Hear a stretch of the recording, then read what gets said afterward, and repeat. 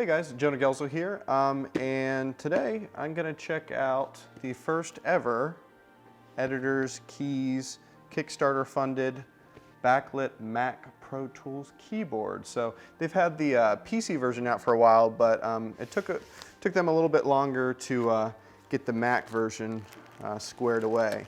So supposedly Mark Brown said I was receiving the first one, so that's kind of cool. Here we go, just the packaging here. Very kind of nice box. Flip it open here for you. So here is the keyboard in all its glory. So let's take that out. Okay, so it's just the keyboard here. And then a little instruction card. You can plug this in and it's pretty much plug and play. However, you will quickly notice that the option command keys are kind of reversed. So to fix that, I'll show you that in just a little bit, but you need to go to the Editor Keys website, which is on this instruction card, and just download a quick little application file, which will reverse these functions here, so it'll work properly as it should on a Mac. But the nice thing is, if you are on a PC, it has them, has the Windows key and the standard Alt key, both of those wordings there, so you can easily use it interchangeably. As far as the quality, I'm pretty happy with it. It's definitely not like, as sturdy as, a nice, Apple keyboard that's fully metal, but it's also not flimsy either, so I feel like it should hold up pretty well. On the back here, you have a couple little flip-out stands if you want to just have it so it angles up just a pinch.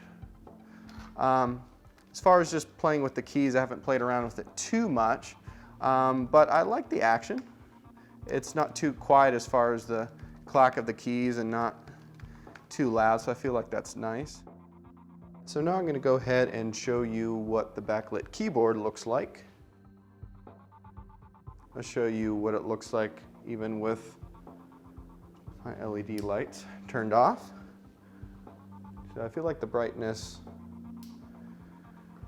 works out really well, even in higher lighting conditions. So that's at full brightness right now. To turn down the brightness, you just hold the function key and then the page up and down. So we'll just go down. It has 3 steps. Second step, first step, which is very, very low, and then all the way off. So again, we'll go back up. So I'm glad it at least has a couple kind of ranges, not as much as you'd have on a just normal Mac keyboard, but I think it's more than sufficient, so I'm happy with it. You can also just turn it on and off completely via just the on-off button right here. Off, on. Just turn these LEDs back on. So again, I think it's going to be very enjoyable to have in the studio. I really like how the light just kind of evenly comes through.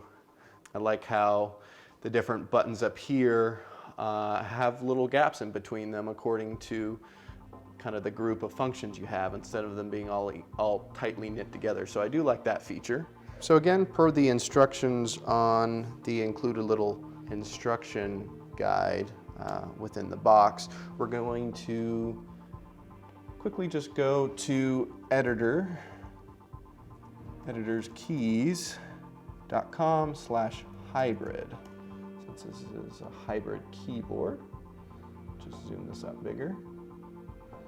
So again, just some quick instructions for PC users, for Mac users. So we're obviously using a Mac here. So we'll just download this Mac installer. It's only a few megs, so downloads pretty quickly. All right, it's downloaded, so we'll just open that up. All right, so you're first going to want to install the Editor Keys installer carabiner.dmg file. Just load it up.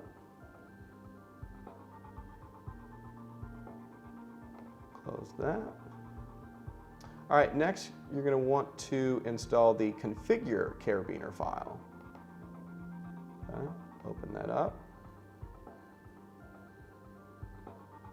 and system prefs. Little notification here.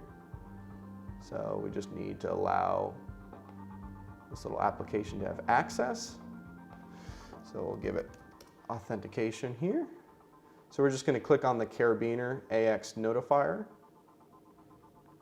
That's all we have to do there. So I'm just going to load up Pro Tools real quick just to confirm everything's working well. So let's say we want to create a new track, so that will be Command-Shift-N. And yep, that works. And we just created some new tracks. Create a new group. Oh, there we go, Command-G. Let's create a blank region. Command-Option-G. Okay, so anyways, there we go. So I think for a lot of users, you're really going to like this keyboard.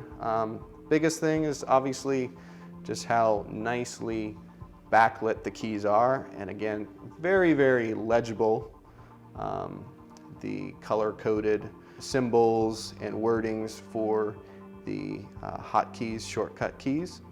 Again, really like how our function keys are laid out according to our shuffle, slip, spot, and grid modes, as well as our search, trim, scrubber, and grabber modes, and additional modes there. So I definitely think it's something worth checking out, and I think a lot of people are going to enjoy it. I think I certainly will be myself. So thanks again for watching this, and take care.